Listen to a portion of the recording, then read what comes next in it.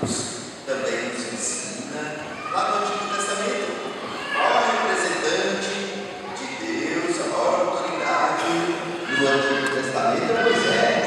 Então a gente via Moisés convidando o povo de Deus a observar as instruções, os mandamentos, os preceitos dados por Deus lá na lei. Então a gente agradecer a Deus, porque tudo que temos na palavra de Deus, que temos lá na Bíblia, nós encontramos também uma certa correspondência no nosso coração, né? Embora esteja escrito lá na Bíblia que a gente deve amar a Deus, como Jesus lembrava esse mestre da lei que se aproximou aqui dele, a gente sabe que mesmo as culturas que não tiveram contato com a Bíblia, né? Lá no Brasil nós temos os índios que vivem lá na região amazônica, claro, estavam praticamente todo o país, né? Muitas vezes nenhum deles tiveram contato a princípio com a Sagrada Escritura, mas todos eles tinham uma religiosidade, né? A gente aprende lá na escola, quando a gente está estudando sobre a cultura indígena, né? Que eles tinham, cultuavam os astros como se fossem divindades, né? Tupã, que era como eles se referiam ao sol, Jaci, como eles se referiam à lua, ou seja, não tinham a Bíblia, não tinham ainda o discernimento de que os astros não são propriamente uma divindade, mas fazem parte da criação de Deus, mas tinham piedade, né, no coração, a religiosidade natural, mesmo que nunca tiveram conhecimento da Bíblia. Nós somos agraciados porque Deus nos concedeu a graça de podermos ser instruídos, né, pela palavra de Deus, pela Bíblia. Deus comunicou primeiramente, como dizia a Moisés, né, a principal figura que nós temos ali no Antigo Testamento. Então todos os mandamentos, todas as instruções que a gente encontra na Bíblia, elas têm correspondência no nosso coração. Ou seja, ainda que a gente nunca tivesse contato com a Bíblia, mas penso que todos nós, né, todo ser humano, é capaz de reconhecer que matar não é uma coisa boa. Embora Deus fez questão de revelar a Moisés que nenhum de nós deve matar. Vimos nesta semana tão tristes esses fatos aqui nos Estados Unidos, né, onde mortes por questões raciais é algo muito terrível, que infelizmente ainda está vivo na cultura. E quando acontece, né, de um grupo matar outro grupo, de outro reagir com mais violência, aquilo só vai crescendo e inflamando, né, como o nosso mestre e Senhor Jesus ensinou: quem vive da espada, pela espada morrerá. Se a gente vive da violência, se a gente alimenta a violência, aquilo vai acabar tendo consequências sobre nós mesmos. O mandamento de honrarmos pai e mãe, de não mentirmos, de não levantarmos falso testemunho, né, de não roubarmos, penso que todos nós, embora não tivéssemos a lei, seríamos capazes de reconhecer que essas coisas não fazem bem para a sociedade, não fazem bem para nós, né? Destrói a confiança, destrói o amor, destrói a caridade.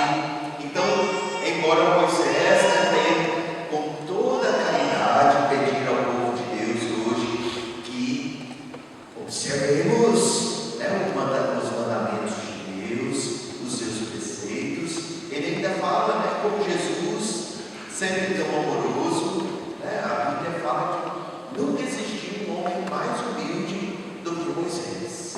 Né? Moisés pede que ainda seja observado de todo o coração, de toda a alma. Né? Deus não quer que a gente simplesmente faça as coisas por fazer. Ainda temos que fazer com o coração, com amor, porque Deus quer que a gente possa manifestar essa misericórdia, né, que Jesus, na sua parábola,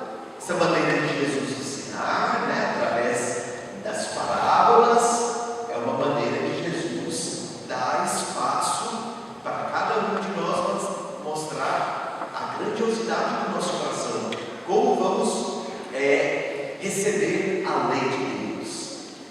Lá para Moisés, a lei era positiva: não matarás, não levantarás falso testemunho. Jesus decide promulgar a lei de uma outra maneira, através das parábolas, que são histórias que exigem a nossa interpretação, e aí vai depender do nosso coração. Aquela pessoa que tem um coração pequeno, no sentido de que ama pouco, ela interpreta da maneira mais estreita. E aquela pessoa que tem um coração generoso, ela interpreta a parábola de uma maneira que ela possa fazer o bem a mais e mais pessoas. É assim, quando a gente vai lá na corte, o juiz tem um código de leis que ele precisa interpretar. A Suprema Corte, lá no Brasil, ela interpreta a lei de acordo com o que outros juízes e outros fatos aplicaram àquela lei, fazem uma interpretação. Então a lei, ela precisa sempre ser interpretada, e Jesus promulga, não de uma maneira direta, positiva, mas através de uma história. Nós víamos então este mestre da lei como se não soubesse. O próprio Evangelho diz que ele queria pôr Jesus em dificuldade, porque Jesus acolhia todas as pessoas, amava todas as pessoas, Jesus recebia a todos, Jesus não elaborava julgamentos, se chegavam pessoas de outras religiões, se chegavam pagãos, Jesus realizava milagres para eles da mesma maneira que ele realizava e socorria o israelita. Jesus fazia a melhor justiça e também não ficava com atitudes moralistas para cima daquela pessoa. Moralista por exemplo, se Jesus diante da mulher pecadora, se Jesus diante de uma pessoa como Mateus, cobrador de impostos, Jesus o recebesse, mas fica, vê lá, não vai fazer isso. Se você fizer isso de novo, eu não vou te ajudar. Assim age a pessoa moralista. Você não pode. Jesus nunca agiu dessa maneira. Pelo contrário, ele agia de uma maneira a não elaborar julgamentos a respeito daquelas pessoas. Então, esse mestre da lei se aproxima de Jesus com uma má intenção, querendo colocar Jesus em dificuldade por causa dessa sua atitude. Então, Jesus responde simplesmente citando os mandamentos que Moisés já havia entregado, já havia recebido de Deus. Jesus pergunta: o que você lê na lei? O que Moisés ensinou? E ele diz: amarás o Senhor teu Deus de todo o teu coração, de toda a tua alma, de toda a tua força. E claro, a pessoa fica envergonhada então com essa resposta de Jesus, e depois pergunta: quem é meu próximo? Aí Jesus responde com a história do bom samaritano. Lembramos que há poucos dias antes, há 3 domingos atrás, se não me engano, nós vimos no Evangelho que Jesus estava indo para Jerusalém com seus discípulos, e ao passar pela Samaria, entre os samaritanos, ele não foi recebido. Os samaritanos não quiseram receber Jesus. Vocês lembram que os discípulos perguntaram a Jesus: Senhor, queres que façamos descer fogo do céu para destruí-los? E Jesus corrige eles, fala imediatamente que essa atitude não era uma atitude aceitável. Então, hoje Jesus conta essa parábola, onde ele fala que uma pessoa foi ressaltada no meio do caminho. Como todos nós, todo dia encontramos pessoas que precisam da nossa ajuda, precisam do nosso socorro. E ele disse que passou por lá um mestre da lei, passou um levita. Ou seja, religiosas, né, pessoas que estavam todo domingo na missa, passaram por este homem que estava necessitado e não fizeram nada. Mas de repente passou um samaritano, né, que Jesus está falando ou está promovendo exatamente quem não gostava dele, quem não o recebia. Vemos como Jesus é realmente divino e maravilhoso, né? Sua maneira de agir, sua maneira de ensinar, porque geralmente as pessoas que não nos recebem, fulana não me convidou para o aniversário dela, o fulano não me chamou para ser padrinho, então a partir de agora aquele fulano vai ver o que eu vou fazer na vida dele. A vida dele vai se tornar marca com o que eu vou fazer. Jesus age da maneira contrária. As pessoas que de certa forma não recebiam, não gostavam dele, ele promovia essas pessoas. Então na sua parábola ele conta que um samaritano acolheu, cuidou. Ora, se a gente sabe, pelo próprio evangelho que a gente ouviu há poucos domingos atrás, né, que provavelmente o samaritano nem sequer acolheu Jesus, talvez não fosse fazer isso, mas Jesus, ele sempre age promovendo as pessoas e não devendo as pessoas, mesmo que ele tenha fatos que ele poderia usar ali na sua palavra para denegrir alguém, mas ele aproveita esse fato para promover a pessoa, né? Então ele diz que esse samaritano cuidou, enfaixou. Então aquele que estava lá fazendo questionamentos para Jesus, né, reconhece que o próximo, todo aquele que estiver precisando, né? Se for muçulmano, se for indígena, se for protestante, se for, não é desculpa para nós deixarmos de fazer o bem para uma pessoa, porque, não é protestante.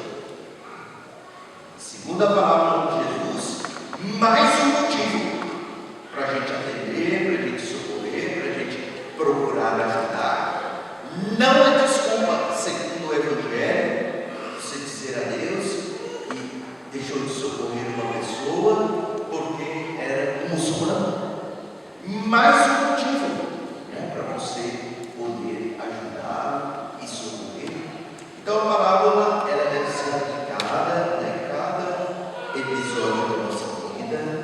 Vamos pedir a Jesus, né, ele que é tão generoso, nos manda as crianças, a maior alegria, a maior felicidade para nós é termos as crianças. E Jesus é tão generoso nas nossas comunidades brasileiras. Temos as crianças que Ele nos manda. Essas crianças precisam encontrar, assim como encontram espaço na família, encontrar espaço na comunidade, dentro da igreja.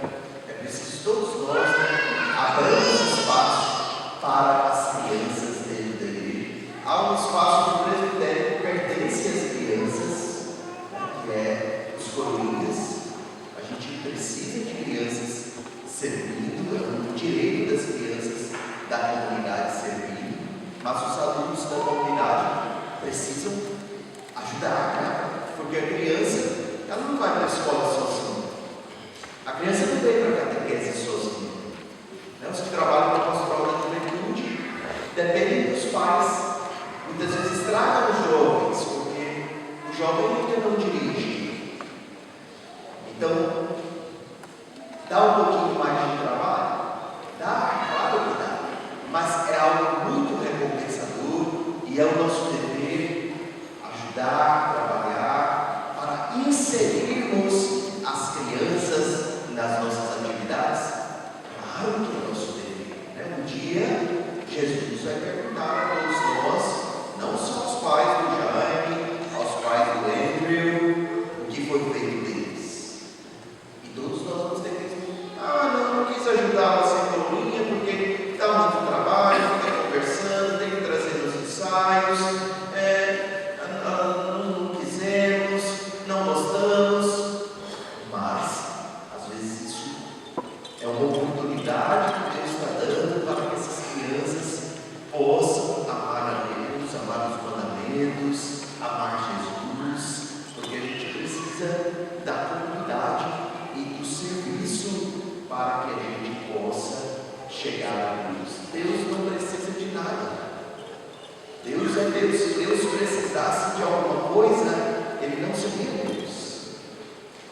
Mas